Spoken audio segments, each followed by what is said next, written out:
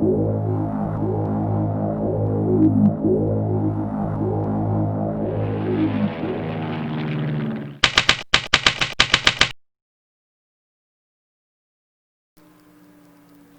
there, welcome back to the channel. Thanks for dropping by again. So next in my FPV series here with the Sonicmodell Binary I'm flying. These videos were shot over a period of 2 or 3 days. We had some reasonable weather here, and were shot at different times of the day as well, so just trying to pick out the clips that I really wanted to see.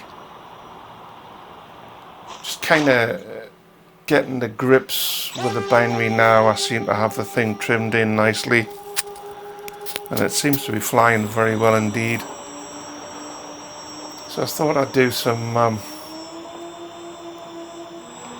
takeoff and landing practice and ring the binary out a little bit, because normally I kind of just do slow flying around at altitude, and this plane's got quite a capability, so I thought I would give it its chance here today.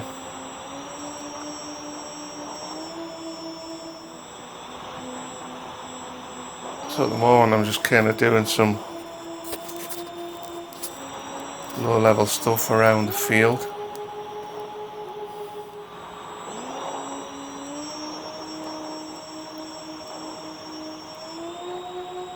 I'm really pleased with the way it's handling. It's handling very well indeed, and it's definitely no slouch, the binary.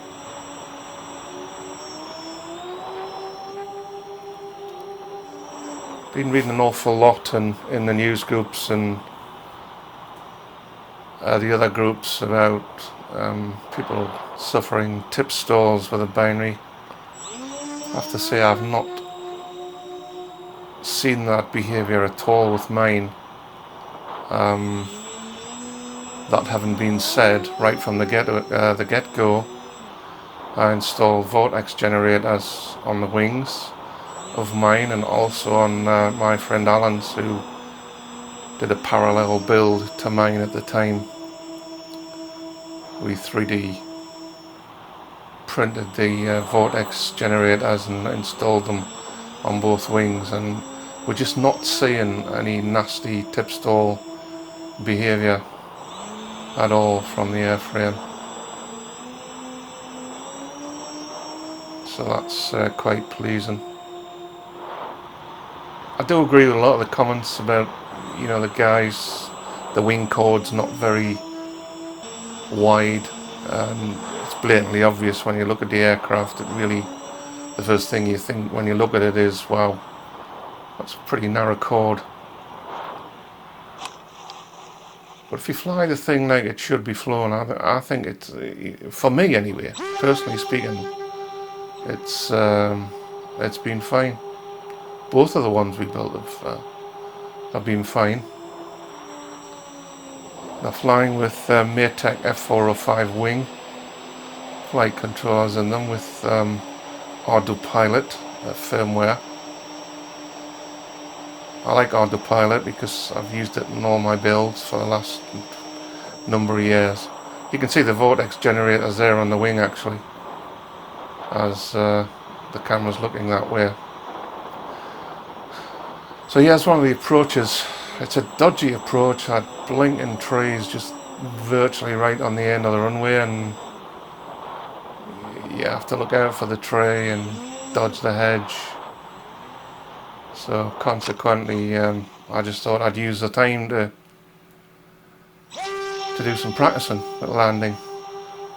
There's another launch from the binary. It just goes off, no problem at all. This model's got bags and bags of power. I even propped it back from 3-bladed props to 2-bladed, and that saved me about 1 amp or so current consumption, because my model and the other model of my friends both fly in 3S. We have loads and loads of 5 amp 3S batteries, and we like to try and stick with them rather than having to buy new batteries.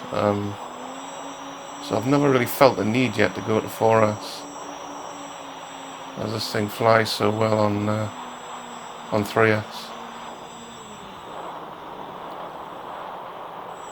So once again you can see the tree right on the end of the runway.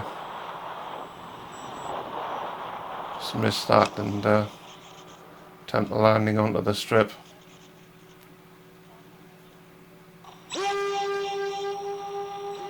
These particular shots now are shot in the evening, about 7:30 or so at this point.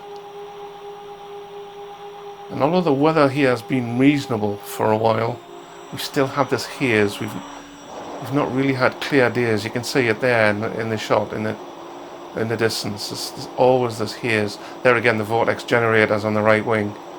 You can see that's installed.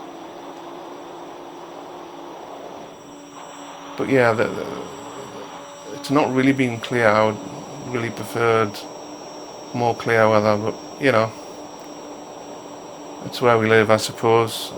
The wind hasn't been too bad. We get some huge winds around here, but the last few days the winds have been down around 4, 5 and 6 miles an hour, which is kind of why I took advantage of it, to be honest.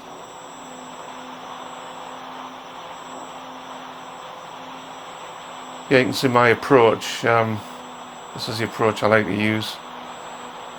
The problem coming in from the other way is that we've got power lines in the field too, and that makes it incredibly difficult to land from the other end of the strip, which is a real pain when the wind's in the wrong direction.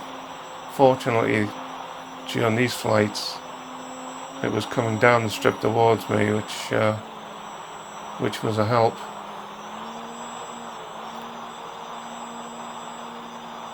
It kind of makes for reasonable landings. Nice shot of the binary there. See the prop spinning down in the shot too. So hand launch, overhead launch. I have a auto launch sequence programmed not into the autopilot but into my Tyrannus, and that's what I launch all my aircraft with. There's my wife there standing on the end of the runway, and here's the video she shot for me, which she made a really good job of, so quite pleased with that too.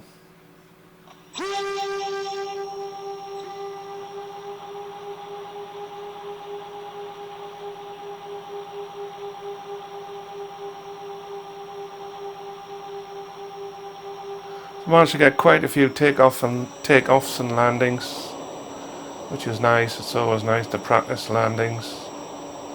Takeoffs, of course, with this frame really easy, as I already said. As much power, throttle up, throw the thing, and away it goes. But I'm really enjoying the binary.